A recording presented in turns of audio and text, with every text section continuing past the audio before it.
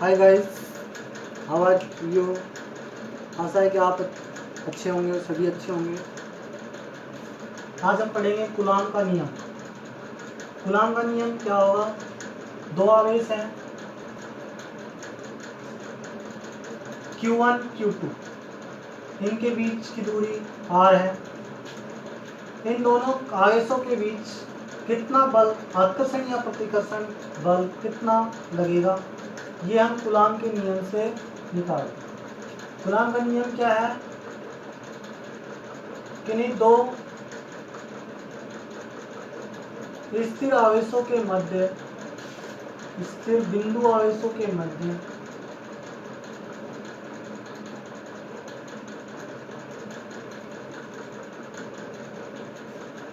लगने वाला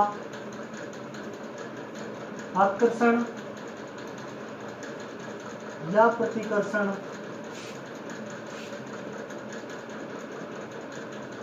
बल दोनों बलों के, दोनों आवेशों के परिमाणों के गुणनफल के समानुपाती होता है तथा उनके बीच, उनके मध्य दूरी के वर्ग के व्युत्क्रमानुपाती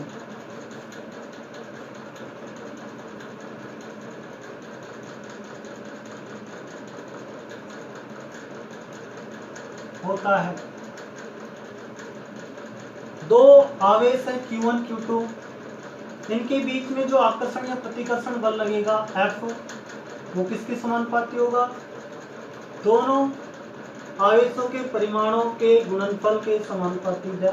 इसका मतलब Q1 इंटू में Q2 दोनों के परिमाणों के गुणनफल के समानुपाती होता है, तो F समानुपाती Q1 Q2 के। और दूसरी कंडीशन क्या है? उनके मध्य दूरी के वर्ग के व्युत्क्रमानुपाती, तो F व्युत्क्रमानुपाती है 1/r²। दोनों के बीच की दूरी r है, तो F व्युत्क्रमानुपाती होगा r² के। दोनों को साथ लिखें, दोनों को साथ में कंबाइंड फॉर्म में लिखें इन दोनों को, तो F इक्वल टू F समानुपाती Q1 Q2 अपॉन में r², और समानुपाती का चिन्ह हटाएं तो एक नियतांक आएगा K Q1 Q2 upon r²। कोई K नियतांक आ गया और Q1 Q2 अपॉन r²। उसके बाद वेयर जहाँ K की वैल्यू, जहाँ K क्या है? K इक्वल टू नियतांक है, इसकी वैल्यू होती है 1/4 एप्सिलॉन नॉट, 1/4 एप्सिलॉन नॉट, और इसकी वैल्यू 9 × 10⁹ न्यूटन मीटर स्क्वायर पर कूलाम स्क्वायर, ये होती है वैल्यू। और ये किसके लिए है? निर्वात या वायु के लिए, निर्वात या हवा के लिए K की वैल्यू ये होती है। अब यहाँ पर जो एप्सिलॉन नॉट है, एप्सिलॉन नॉट इसको कहेंगे एप्सिलॉन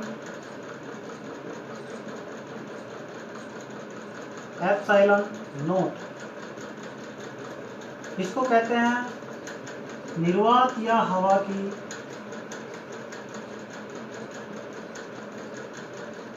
विद्युतशीलता। विद्युतशीलता ये निरपेक्ष विद्युतशीलता है, निरपेक्ष विद्युतशीलता,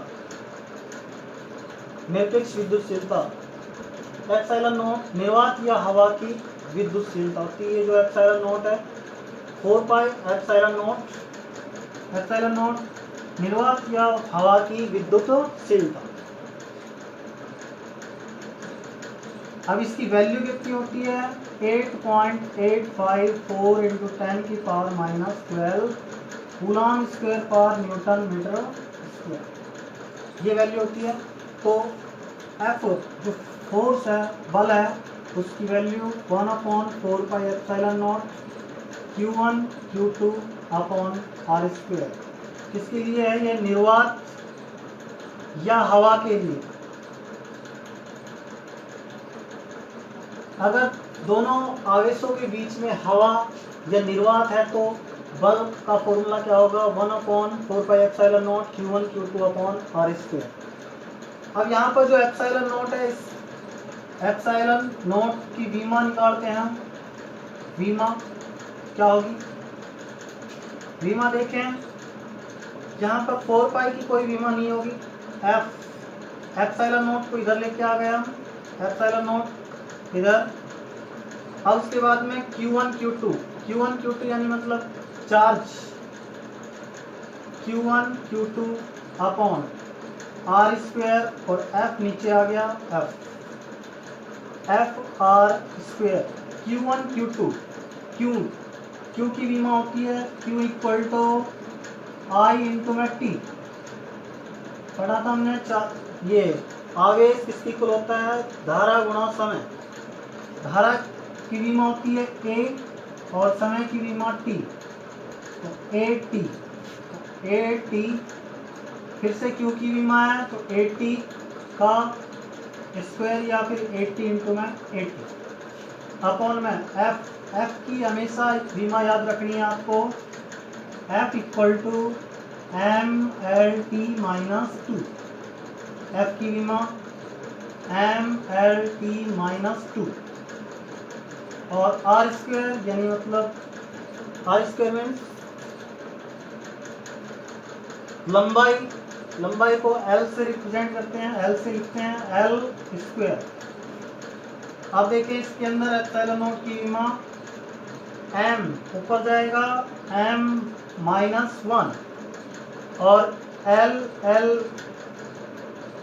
की पावर 1 और L की पावर 2, तो L की पावर ऊपर जाएगी -3 T, और T की पावर -2 ऊपर जाएगी तो T की पावर 4 हो जाएगी, T की पावर 4, और A स्क्वायर ये विमा आएगी M की पावर -1, L की पावर -3 T 4A स्क्वायर। बल की विमा को हमेशा ध्यान रखना है MLT -2, लंबाई के लिए L स्क्वायर हो गया, और आवेश के लिए A इंटू में T 80, और कैलकुलेशन से ये विमा आएगी। पहले M लिखेंगे L, फिर T की पावर, फिर A। ये वैल्यू आ गई।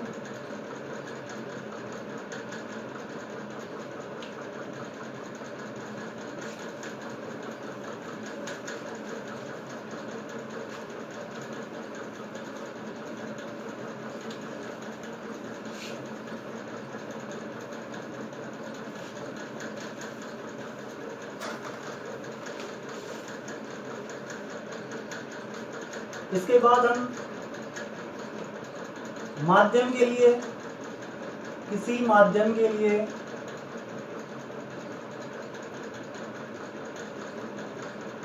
बल, कूलाम बल कह सकते हैं, कूलाम बल। F equal to 1/4π। यहाँ पर एप्सिलॉन नॉट हवा या निर्वात के लिए था, तो माध्यम के लिए हमने अज्यूम कर लिया epsilon M Q1 Q2 upon R square. ये F माध्यम है तो FM ले लेते हैं। FM equal to 1/4π epsilon naught epsilon M Q1 Q2 upon R square. किसी माध्यम के लिए कूलाम बल ये होगा। अब हम देखते हैं निर्वात के लिए। F equal to 1/4π epsilon naught Q1 Q2 upon R square. एक कूलाम की परिभाषा।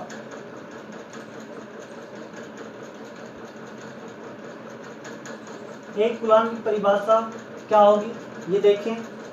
एक कूलाम आवेश की परिभाषा कैसे लिखते हैं? बल F इक्वल टू हमने पढ़ा F equal to 1/4πε0 Q1 Q2 upon में R स्क्वायर। अब यहाँ पर देखें F की वैल्यू, Q1 की वैल्यू हम 1 कूलाम ले लेते हैं और Q2 की वैल्यू भी 1 कूलाम ले लेते हैं, 1 1 ले लिया हमने, और R की वैल्यू 1 मीटर ले ली। तो F की वैल्यू F इक्वल टू ये 1/4πε बचेगा, सिर्फ 1/4πε0, ये 1 इंटू 1 अपॉन में 1 का स्क्वायर, 1/4πε0, और ये वैल्यू होगी 9 इंटू 10 की पावर 9। F है तो न्यूटन, F है तो न्यूटन, न्यूटन।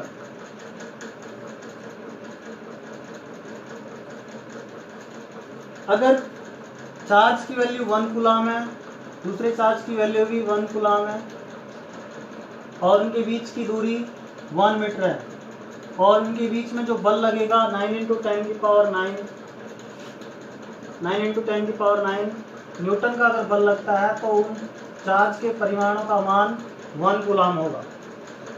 तो इसको परिभाषा के फॉर्म में लिखते हैं, निर्वात या हवा में स्थित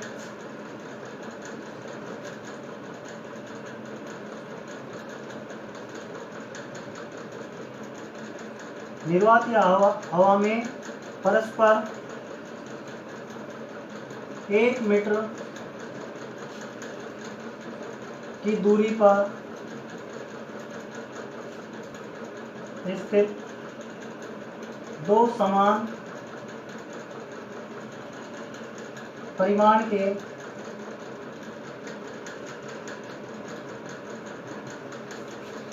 आवेशों पर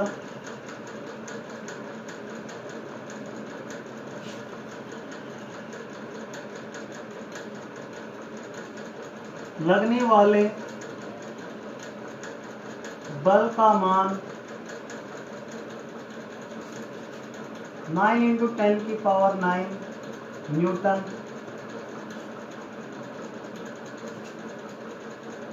होता है। तो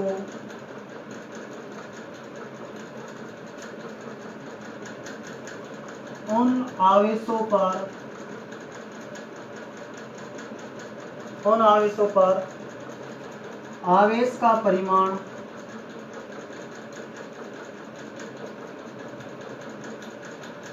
एक कूलाम होगा। यह है कूलाम की परिभाषा। अगर निर्वात में ε0 मीन्स निर्वात में या हवा में 1 मीटर की डिस्टेंस पर, 1 मीटर की दूरी पर अगर दो समान परिमाण के आवेश रखे हुए हैं और उनके बीच में बल 9 इंटू 10 की पावर 9 न्यूटन का बल लगता है, तो उन आवेशों का परिमाण 1 कूलाम होगा। ये कूलाम की परिभाषा है। अब पढ़ते हैं परावैद्युतांक। परावैद्युतांक कहें, दूसरा नाम है आपेक्षिक विद्युतशीलता। आपेक्षिक विद्युतशीलता दो नाम है, परावैद्युतांक या आपेक्षिक विद्युतशीलता। आपेक्षिक विद्युतशीलता या परावैद्युतांक कोई भी बल किसी भी माध्यम में, अगर बल किसी भी माध्यम में हमने बल निकाला और हवा में बल निकाला, तो हवा में बल की तुलना में कोई भी बल माध्यम में कितना गुना कम है, उसको क्या कहते हैं, परावैद्युतांक। हवा या निर्वात की तुलना में किसी माध्यम में कोई बल कितने गुना कम है, उसको क्या कहते हैं, परावैद्युतांक। कितने गुना कम बल है हवा की तुलना में, हवा या निर्वात की तुलना में किसी माध्यम में, तो उसे परावैद्युतांक कहते हैं। किसी माध्यम की उपस्थिति में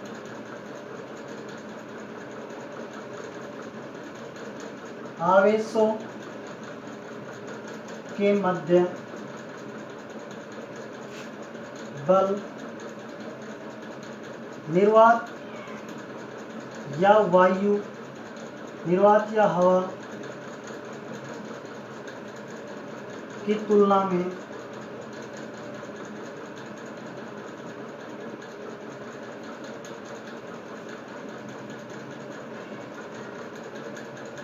जितने गुना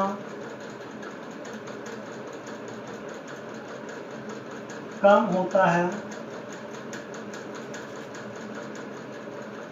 उसे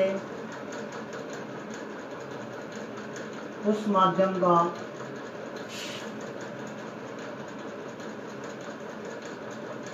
परावैद्युतांक कहते हैं। परावैद्युतांक कहते हैं। कितने गुना माध्यम में कोई बल निर्वात की तुलना में जितने गुना कम होता है, हवा में जो बल लगेगा वो ज़्यादा होगा और माध्यम में जो बल लगेगा वो कम होगा। तो माध्यम में कितने गुना कम बल लग रहा है हवा या निर्वात की तुलना में, उसे माध्यम का परावैद्युतांक कहते हैं। अब देखें इसको हम एप्सिलॉन आर से व्यक्त करते हैं या फिर के से व्यक्त कर सकते हैं। के या एप्सिलॉन आर से व्यक्त करते हैं परावैद्युतांक।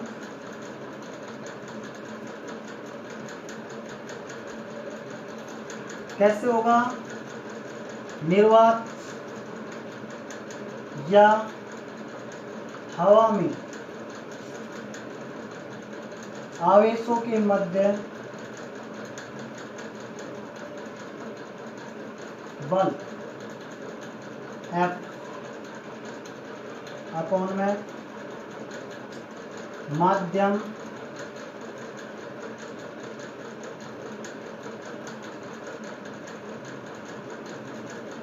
में आवेशों के मध्य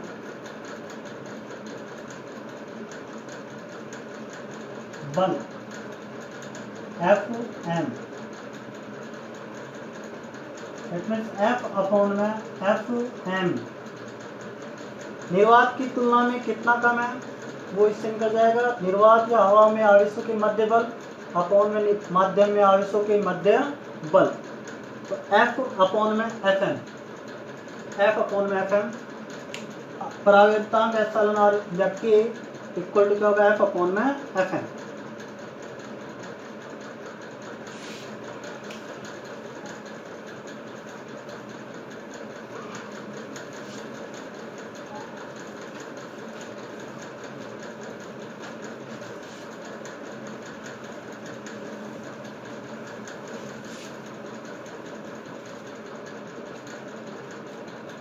इसके बाद एप्सिलॉन आर इक्वल टू क्या होगा? F की वैल्यू अगर पुट करें F अपॉन में Fm, F की value 1/4 pi epsilon naught Q1 Q2 upon R square upon में Fm की value 1/4 pi epsilon Q1 Q2 M है तो एप्सिलॉन M अपॉन में R स्क्वायर। 4 पाई से 4 पाई कैंसिल हो गया, ये कंप्लीट कैंसिल हो गया और एप्सिलॉन आर इक्वल टू ये एप्सिलॉन एम ऊपर चला गया, एप्सिलॉन नॉट नीचे, एप्सिलॉन नॉट ये आ गया परावैद्युतांक। इसका मतलब परावैद्युतांक एप्सिलॉन आर इक्वल टू क्या होगा? माध्यम की निरपेक्ष विद्युतशीलता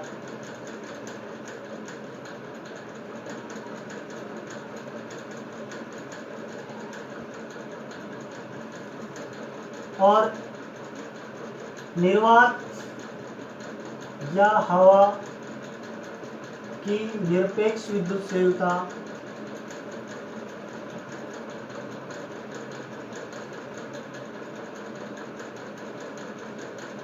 का अनुपात होती है।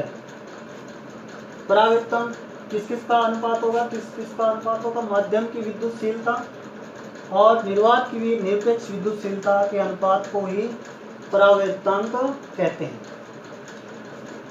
इस फॉर्मूले से हम एप्सिलॉन एम की वैल्यू निकाल सकते हैं। किसी माध्यम की विद्युतशीलता कैसे निकालेंगे? Epsilon naught epsilon R, epsilon M equal to epsilon naught epsilon R, ये वैल्यू होगी। अब कुछ परावर्तन, कुछ पदार्थों के लिए परावर्तन देखें। आसुत जल का परावर्तन, आसुत जल के लिए परावर्तन एप्सिलॉन आर की वैल्यू 80 होती है। और निर्वात की वैल्यू,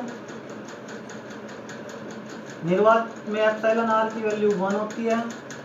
और सुचालक जो इम्पोर्टेंट है, इम्पोर्टेंट सुचालक के लिए, सुचालक अगर हो, कोई भी चालक या सुचालक है कोई पदार्थ, उसके लिए एप्सिलॉन आर की वैल्यू अनंत होती है। ये आपको याद रखना है। इसके बेस कई बार क्वेश्चन आ चुके हैं। सुचालक जैसे तांबा दे देगा आपको, तांबा है कोई धातु, तांबा है, उसके लिए बल निकालना है हमें, और दे देगा कि एप्सिलॉन आर की वैल्यू कितनी होगी, एप्सिलॉन आर की वैल्यू कितनी होगी? अनंत होगी। और जो बल होगा वो बल कितना लगेगा? 0 बल। F M equal to 1/4 pi epsilon naught epsilon R Q1 Q2 upon में आर स्क्वायर। एप्सिलॉन आर की वैल्यू अनंत है तो एफ एम इक्वल टू 0, बल की वैल्यू 0 होगी। अगर चालक गोले हैं, दो चालक गोले हैं, और उनके बीच में अगर हमें क्या करना है?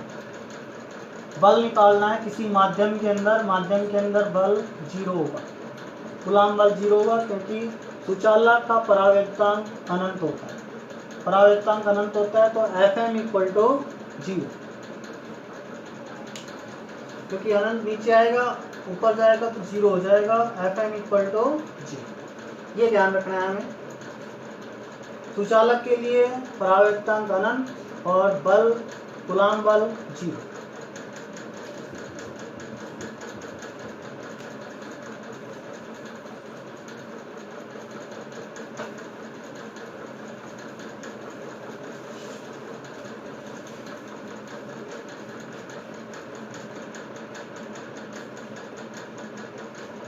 अब नेक्स्ट टॉपिक है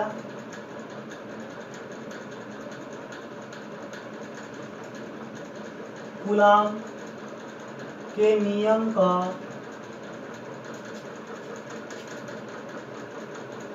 सदिश निरूपण।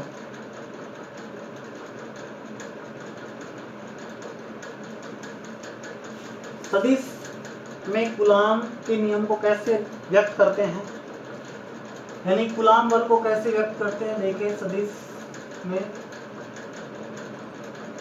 ये हमने अज्यूम कर लिया coordinate system x y z, इससे r1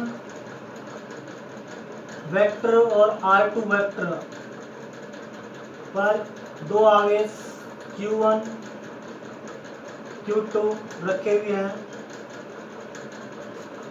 इनके बीच में जो दूरी होगी, अगर r1 ये r2, r21 ले, r21 किसकी इक्वल होगा? r2 सदिश माइनस r1 वेक्टर, क्योंकि त्रिभुज के नियम से ये परिणामी सदिश है। इन दोनों का अगर सदिश योग करें तो ये परिणामी सदिश है। अगर ये निकालना है तो इस सदिश में से इसको माइनस कर देंगे, यानी ओ ए सदिश प्लस ए बी सदिश इक्वल टू ओ बी सदिश, ऐसे होता है। तो ओ ए r1 सदिश प्लस ए बी सदिश इक्वल टू r2 सदिश, और यहाँ पर ए बी सदिश को r21 सदिश लिया है, तो r2 सदिश माइनस r1 सदिश, ये निकल के आ जाएगा r21 सदिश इक्वल टू r2 सदिश माइनस r1 सदिश। अब यहाँ पर पर रखे हुए आवेश के कारण B पर जो बल लगेगा F21 सदिश, और B के कारण B पर जो आवेश रखा है Q2, इसके कारण इसके ऊपर जो बल लगेगा F12 सदिश। F12 सदिश मान लिया हमने। Q1 के कारण B पर जो बल लगेगा F21 सदिश, और A पर Q2 के कारण जो बल लगेगा F12 सदिश। अब उसके बाद हम देखें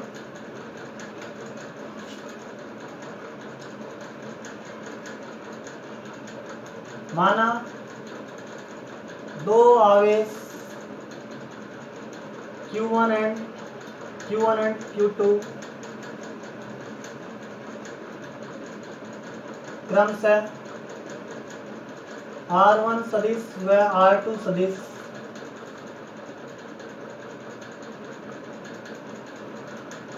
मूल बिंदु से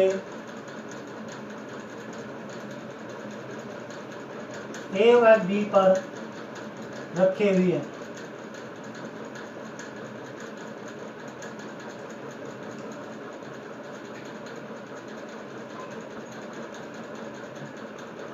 Q1 आवेश के कारण Q2 आवेश पर F21 बल F21 तथा Q2 आवेश के कारण Q1 आवेश पर बल F12 सदिश लग रहा है। तो F21 सदिश कैसे लिखेंगे? F21 सदिश 1/4 pi epsilon naught Q1 Q2 upon में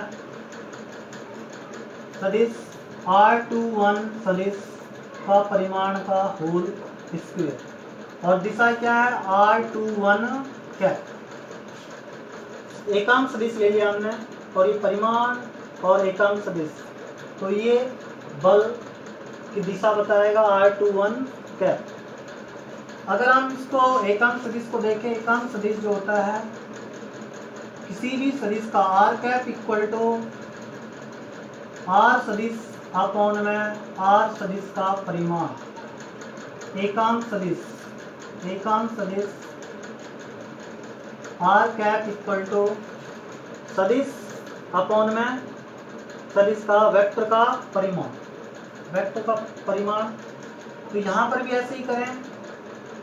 F21 सदिश equal to 1/4 pi epsilon naught Q1 Q2 upon में R21 सदिश। एक परिमाण यहाँ से आएगा तो पावर 3, और R21 सदिश एक परिमाण R कैप से आएगा तो पावर कितनी हो गई? 3।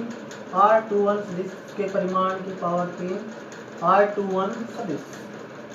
F21 सदिश equal to 1/4 pi epsilon naught Q1 Q2 upon R21 सदिश का होल क्यूब। और R21 सदिश को हम लिख सकते हैं, R21 सदिश equal to R2 minus R1 सदिश, ऐसे लिख सकते हैं। R2 सदिश माइनस R1 सदिश, समीकरण 1। ऐसे ही हम F12 सदिश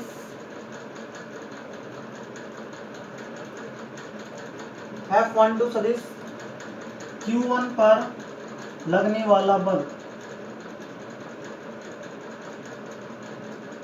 F12 सदिश कैसे लिखेंगे? 1/4 pi epsilon naught Q1 Q2 upon में R12 सदिश का होल स्क्वायर R12 कैप, और इसको भी चेंज करें 1/4πε0 Q1 Q2 अपॉन R12 सदिश का होल क्यूब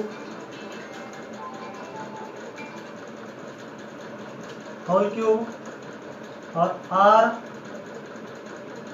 R12 सदिश, और 12 सदिश को भी चेंज करें, 12 सदिश को चेंज करें तो 1/4πε0 Q1 Q2 अपॉन में R12 सदिश का होल क्यूब और R1 सदिश माइनस R2 सदिश।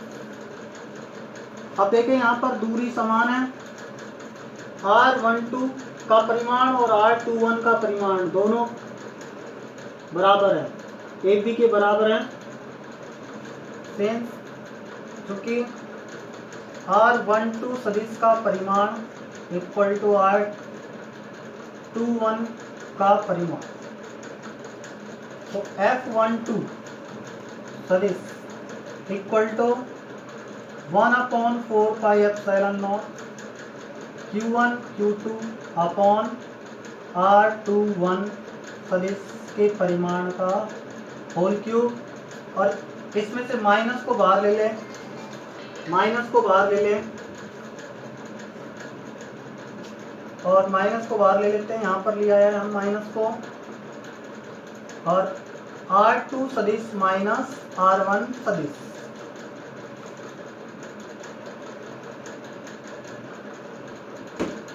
R2 सदिश माइनस R1 सदिश, ये माइनस बाहर आ गया। ये कंप्लीट क्या बन गया हमारे पास, F21 सदिश वेक्टर 1/4πε0 Q1 Q2 अपॉन में this equal to minus F21 सदिश। ये जो नियम है ये क्या है, कौन सा नियम है, क्रिया प्रतिक्रिया का नियम है, क्या है, न्यूटन की गति का तृतीय नियम है।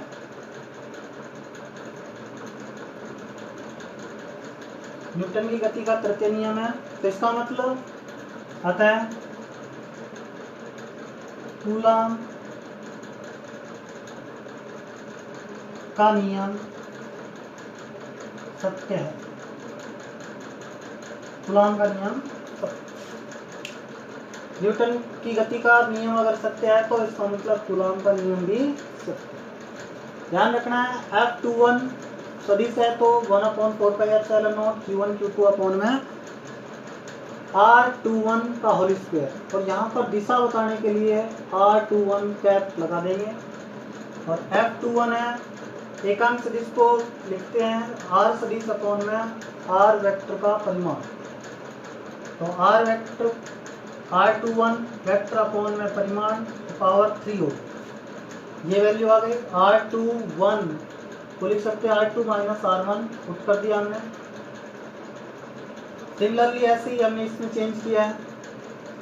अब देखा हमने कि दोनों की जो परिमाण है R21 और R1 के जो परिमाण है वो बराबर है, क्योंकि ए बी के बराबर है दोनों, तो R21 सदिश का होल क्यूब कर दिया, और इसमें माइनस बाहर लेकर R12 में से माइनस बाहर लेकर R21 सदिश कर दिया, यही किसके इक्वल है, माइनस F21 सदिश। तो इसका मतलब ये न्यूटन की गति का तृतीय नियम है, तो इसका मतलब है कूलॉम का नियम सत्य।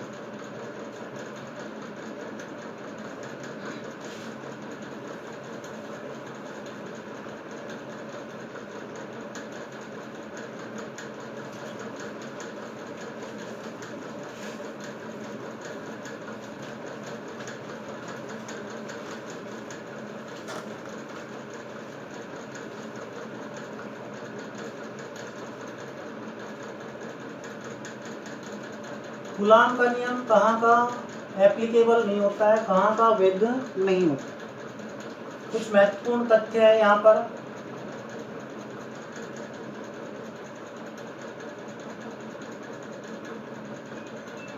महत्वपूर्ण तथ्य क्या है? यदि आवेश गतिशील है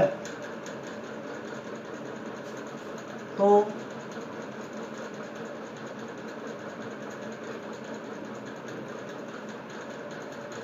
कूलाम उस पर लगने वाला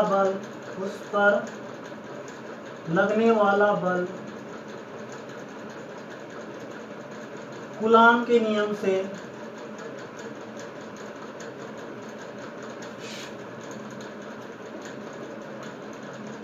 ज्ञात नहीं कर सकते।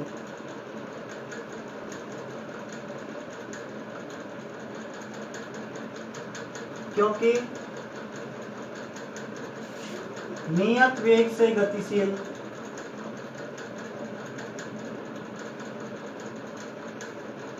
आवेश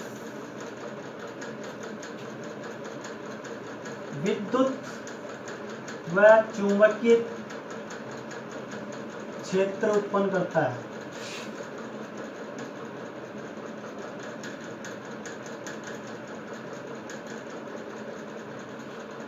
अतः चुंबकीय बल भी आवेश पर लगता है।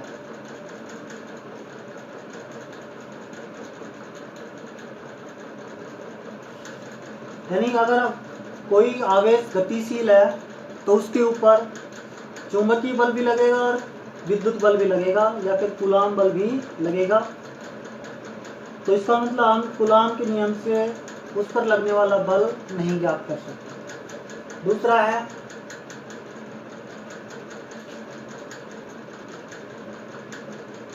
(10⁻⁻15 या इससे कम दूरी पर स्थित आवेशों के लिए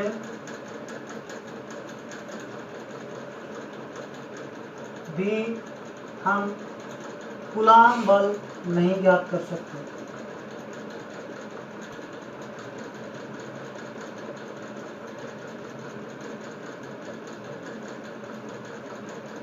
क्यों नहीं ज्ञात कर सकते? क्योंकि यहाँ पर नाभिकीय बल प्रभाव डालता है। क्योंकि यहाँ नाभिकीय बल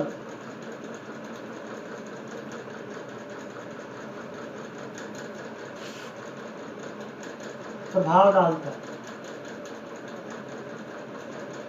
नाभिकीय बल ज्यादा हो जाता है और कूलाम बल से हम एग्जैक्ट वैल्यू नहीं मेजर कर सकते। तीसरी कंडीशन है कूलाम बल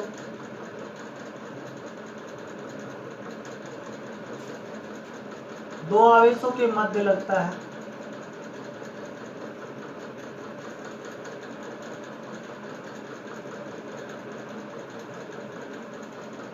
अन्य आवेशों के कारण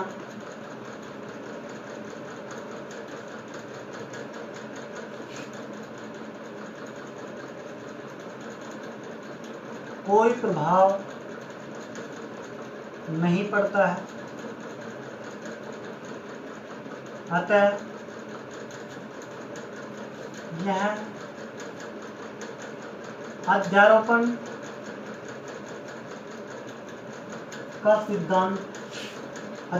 के सिद्धांत का पालन करता है।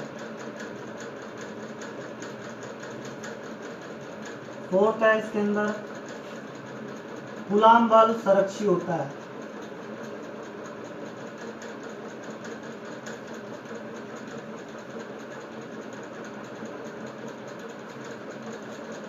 ये चार कंडीशन है।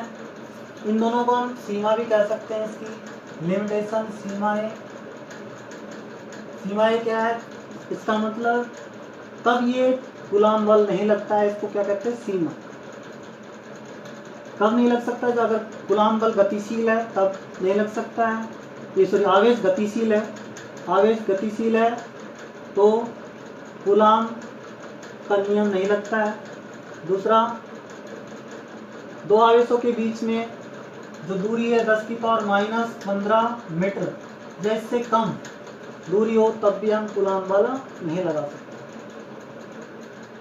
ये अन्य आवेश कूलाम बल दो आवेशों के मध्य लगता है, अन्य आवेशों के कारण कोई प्रभाव नहीं होता है, तो अध्यारोपण के सिद्धांत का पालन करता है। कूलाम बल संरक्षित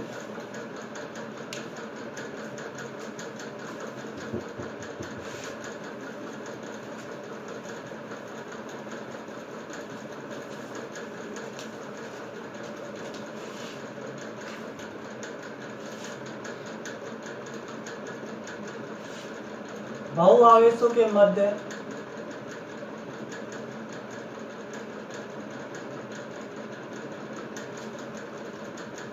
बल एवं अध्यारोपण का सिद्धांत। रोपण का सिद्धांत अध्यारोपण का सिद्धांत देखें पहले। अध्यारोपण का सिद्धांत, अध्यारोपण का सिद्धांत ये है कि अगर किसी आवेश पर इस आवेश पर किसी Q1 के कारण, Q2 के कारण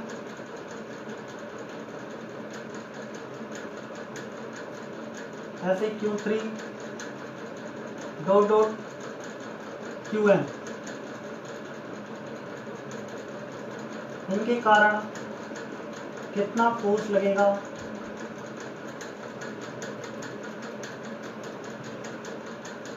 इस परीक्षण आवेश Q0 पर P बिंदु पर, यहाँ से यहाँ तक की दूरी R1 ले ली हमने, R1, इसको R2, ऐसे ही R3 और ये Rn।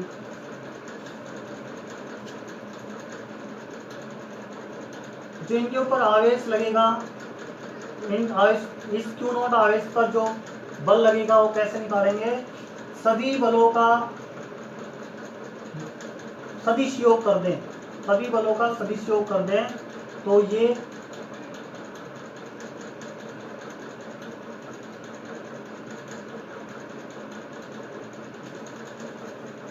इसके ऊपर टोटल जो कुल बल है वो किसके इक्वल होगा, इन सभी बलों, सभी आवेशों के कारण जो बल लगेगा P बिंदु पर रखे Q0 चार्ज पर, Q0 आवेश पर जो बल लगेगा वो सभी बलों का सदिश योग के बराबर हो।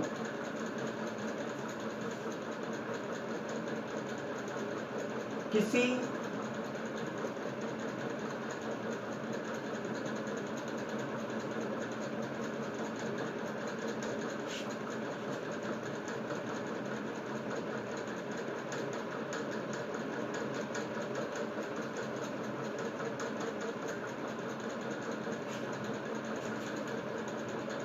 स्थिर बिंदु आवेश पर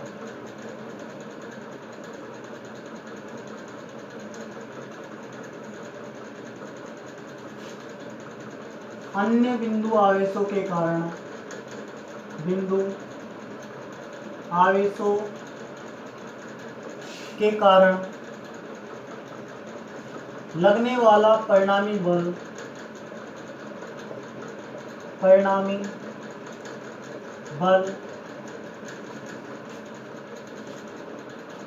उस आवेश पर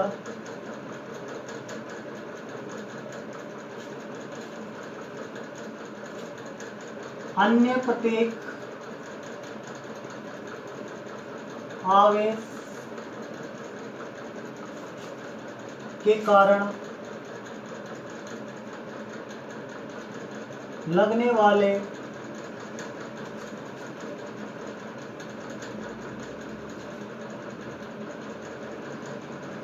अलग अलग के कारण अलग अलग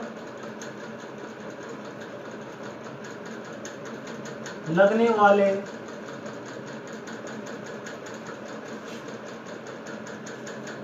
बलों के सदिश योग के तुल्य होता है।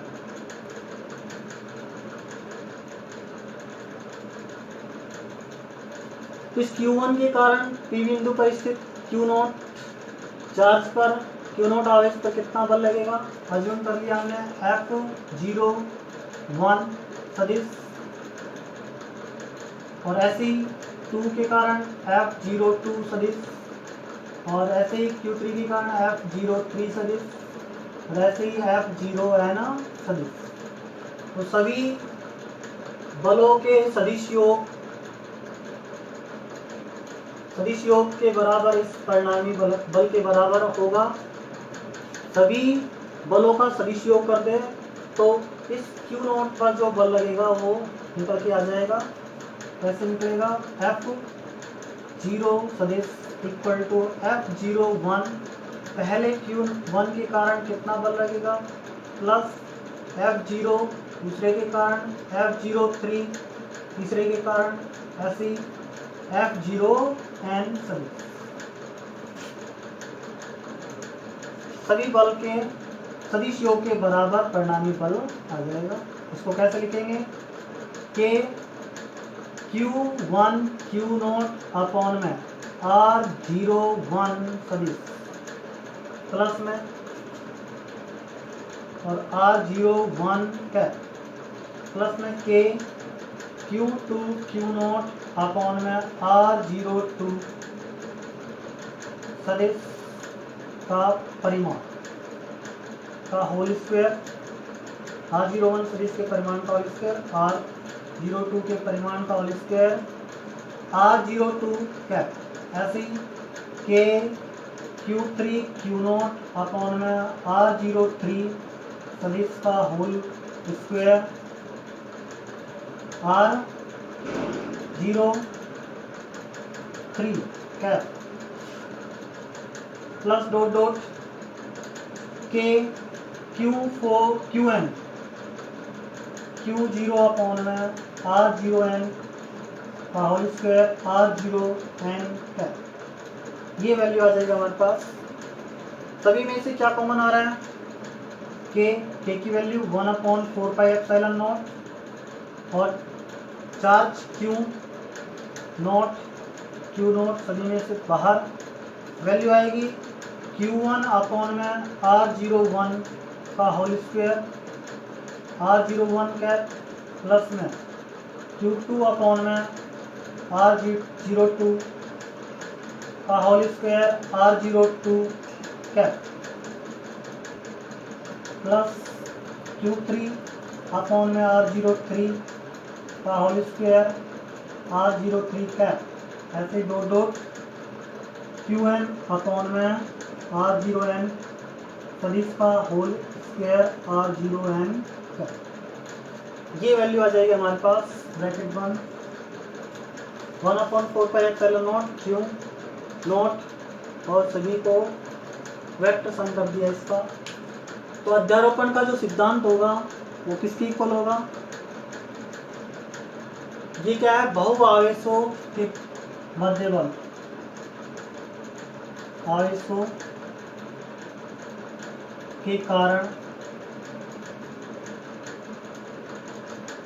परीक्षण आवेश पर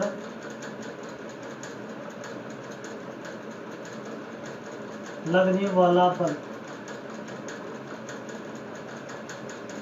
इस सिद्धांत द्वारा है ये वह अध्यारोपण के सिद्धांत द्वारा किसी भी परीक्षण आवेश है इसके ऊपर अन्य आवेशों के कारण भी Q1 Q2 सभी आवेशों के कारण जो बल लगेगा, जो परिणामी बल होगा वो किसके इक्वल होगा? सभी आवेशों के अलग अलग बल के सदिश योग के बराबर होगा। सभी आवेशों के अलग अलग जो बल लगेगा और सभी आवेशों के कारण जो बल लगेगा अलग अलग उन सभी बलों के सदिश योग के बराबर होगा। ये आ गया।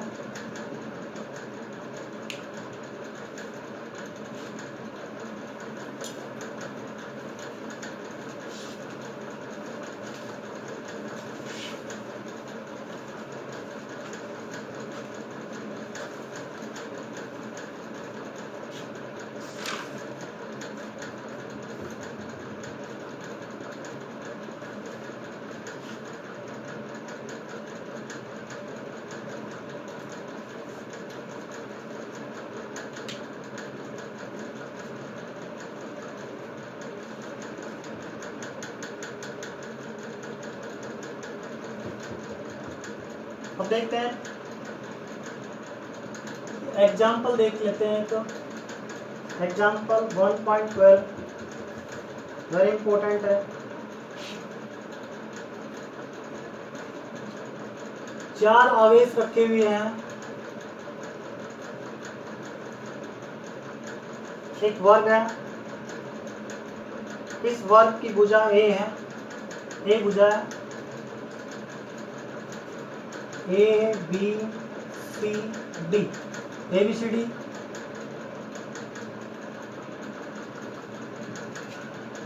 बी पॉइंट ये है। चार आवेश हैं, इनके ऊपर क्यू क्यू क्यू आवेश रखा हुआ है, चारों कॉर्नर्स पर क्यू क्यू आवेश रखा हुआ है। तो प्रत्येक आवेश के कारण किसी अन्य आवेश से, किसी आवेश पर, मान लिया इस आवेश पर अन्य आवेशों के कारण कितना बल लगेगा। शेष जो आवेश है क्यू क्यू क्यू, इनके कारण इस आवेश पर कितना बल लगेगा, ये हमें निकालना है। कितना बल लगेगा देखें यहाँ पर क्यू क्यू, इसके कारण दोनों पर जो आवेश है समान है, इसका मतलब प्रतिकर्षण बल लगेगा। ए के कारण है तो एफ ए सदिश इस दिशा में लगेगा, और सी के कारण नीचे की ओर प्रतिकर्षण बल एफ सी सदिश, और इसके कारण ऐसे बल लगेगा।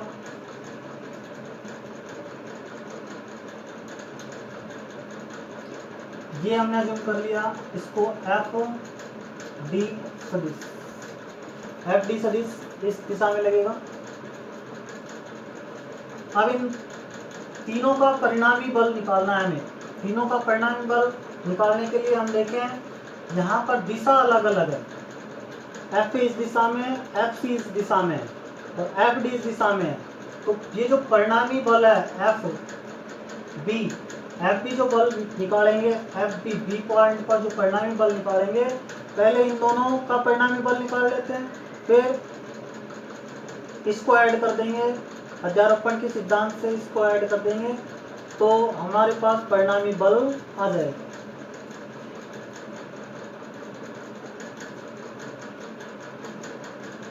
एफ ए सदिश की दिशा ए से बी की ओर तथा एफ सी की दिशा सी से ए से सी से बी की ओर है। तो इसका मतलब वैल्यू निकालें तो परिणाम तो निकालें, परिणाम एफ ए का परिणाम और एफ सी का परिणाम दोनों बराबर होंगे, क्योंकि दोनों के बीच एक दूरी है, यहाँ पर भी ए दूरी है और दोनों आवेश क्यू क्यू है। तो 1/4πε0 क्यू इंटू में क्यू अपॉन में ए स्क्वायर, ये वैल्यू आ गई 1/4πε0 क्यू क्यू अपॉन में ए स्क्वायर। अब उसके बाद देखें दिशा अलग अलग है, तो एफ ए व एफ सी के परिणामी बल के लिए, परिणामी बल निकालने के लिए क्या करेंगे, हम समांतर चतुर्भुज का नियम लगाएंगे। समांतर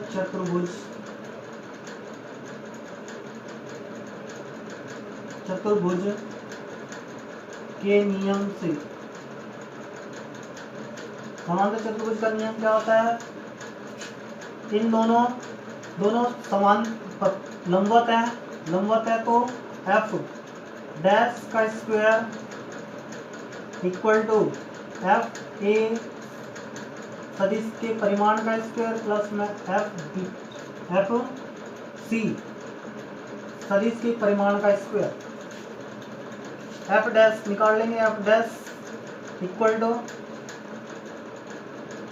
√1/4πε0 क्यू स्क्वायर अपॉन में ए स्क्वायर का होल स्क्वायर प्लस में 1/4πε0 Q square upon A square का होल स्क्वायर।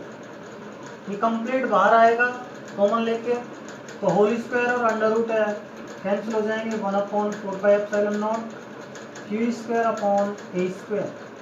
लेकिन जो अंडर रूट के अंदर बचेगा, यहाँ पर भी 1 बचेगा, यहाँ पर भी 1 बचेगा, अंडर रूट 1 + 1 इक्वल टू क्या आ जाएगा, √2 अपॉन में 4πε0 क्यू स्क्वायर अपॉन में ए स्क्वायर।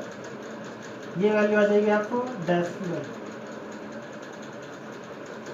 एफ डैश की वैल्यू। अब जो परिणामी बल निकालेंगे, परिणामी बल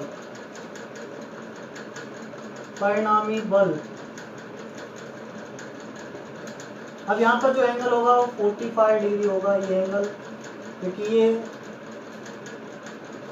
ये दोनों समान है, तो इसका मतलब जो एंगल होगा वो हाफ हाफ हो जाएगा। 90 का एंगल था, 45 इधर 45 इधर। तो परिणामी बल कैसे निकालेंगे, परिणामी बल F B equal to F D सदिश एफ डी प्लस परिणामी बल F D plus F dash, दोनों ऐड हो जाएंगे क्योंकि एक ही दिशा में दोनों ऐड हो जाएंगे, एफ डी प्लस में एफ डैश ऐड हो जाएंगे। परिणामी बल परिणाम कितना होगा, F D plus F dash.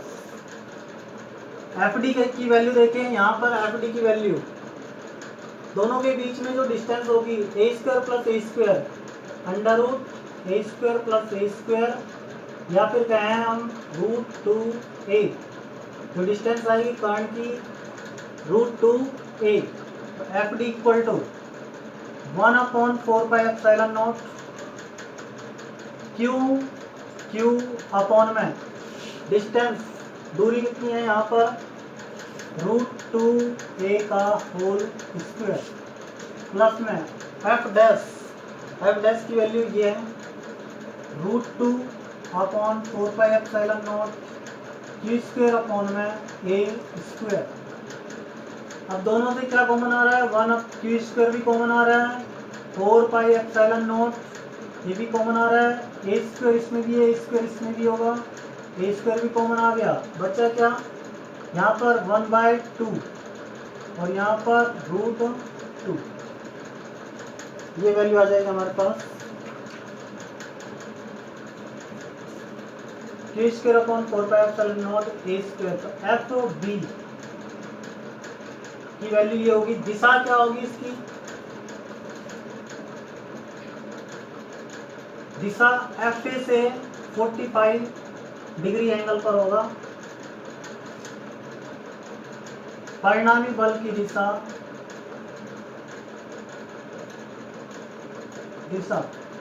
क्या होगी, एफ ए बल से 45 डिग्री कोण पर बी से बी की ओर होगी, डी से बी की ओर ये इस दिशा में होगी और एफ ए से 45 डिग्री का कोण बनाओ। तो परिणामी बल की दिशा एफ डैश ध्यान रखना है, दोनों का होल स्क्वायर किया है, क्योंकि ये एक तरह से हाइपोटेनस निकालना पड़ रहा है हमें, ये कर्ण निकाल रहे हैं। कर्ण क्या होगा, बेस का स्क्वायर प्लस परपेंडिकुलर का स्क्वायर।